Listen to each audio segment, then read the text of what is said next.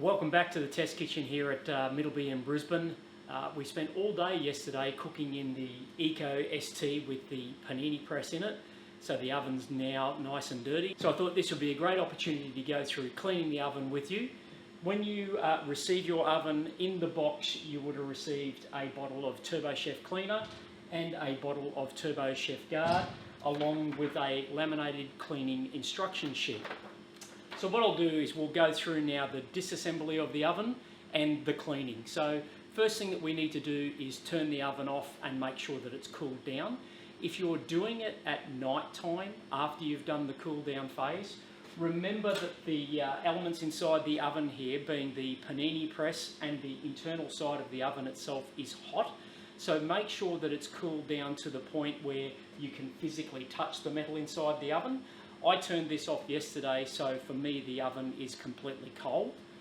Once the oven is cooled down, open the door and close the panini press by pulling the handle down, and then you'll find there is a thumb screw here that holds the plate in place. Undo that thumb screw all the way, and then when it releases, you can then slide the panini press out as one whole piece. When it comes out as one whole piece, just put that to the side, place that here, and then you'll see there is another thumb screw here behind that. If I undo that all the way, and then what will happen is that bottom impingement plate will then also come out as one piece. So undo the thumb screw, and then once it's undone completely, that impingement plate comes out as one whole piece. So the diffuser is already on the back, so it is connected to the plate, so you can't lose that. It only comes out one way, it only goes back in one way. So once I've done that, I'm now left with a completely open cavity. Next thing I'm going to do is, using my Turbo Chef cleaner, I'm going to remove this top ceramic plate, which is the cooking plate for the oven.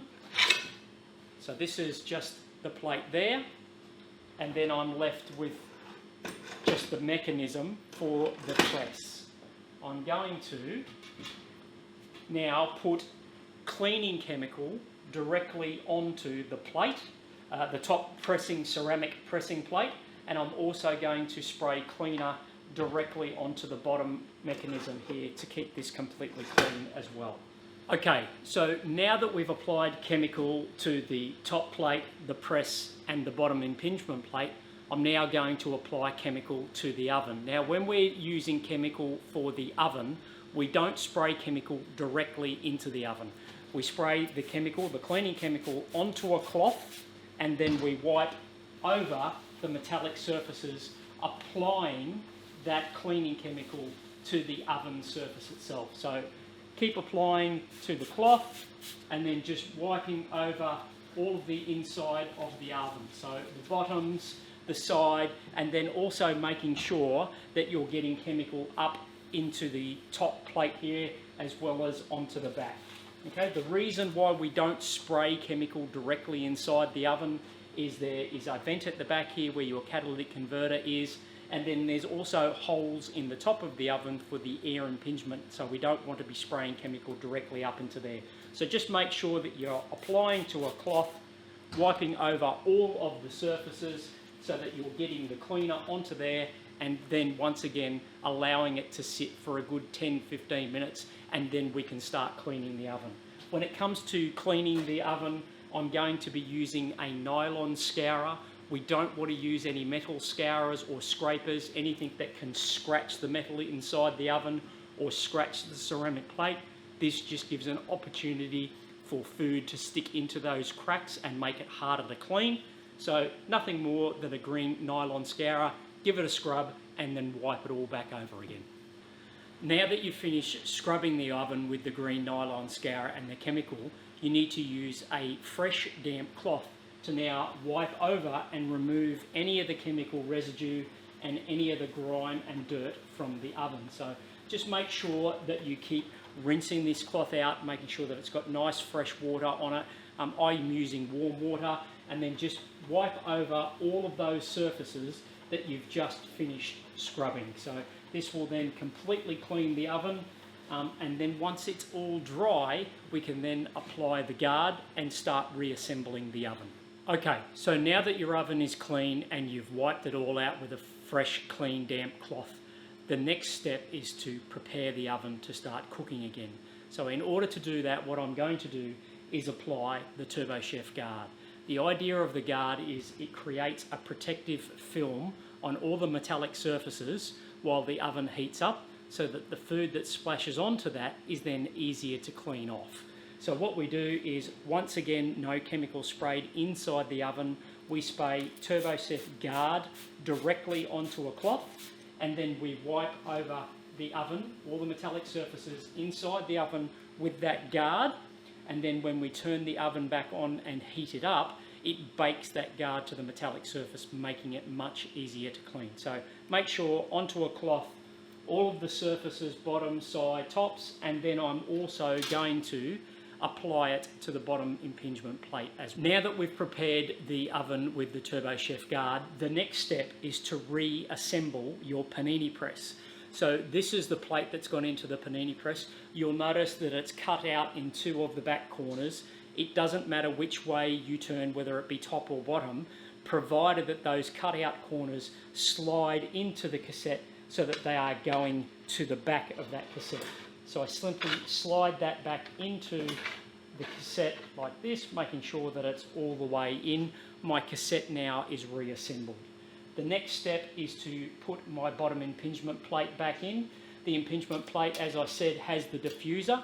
The diffuser goes to the back. It only goes in one way, it only comes out one way, so you can't get that wrong. So diffuser to the back, the finger nut to the front. So that simply slides into the back of the oven, and once it's set itself in place, drop it down and then do up that finger nut that is there.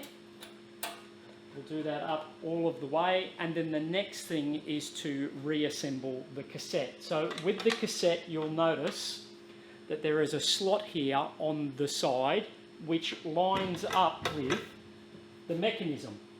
So in the closed position, that pin is flat, and this pin in the closed position is also flat. So we just need to line the two of those up. Tilt it to the back so that it is on an angle, so that it goes over this screw mechanism here. Simply slide that in, like so, slide it all the way to the back, and then slide the cassette onto the mechanism.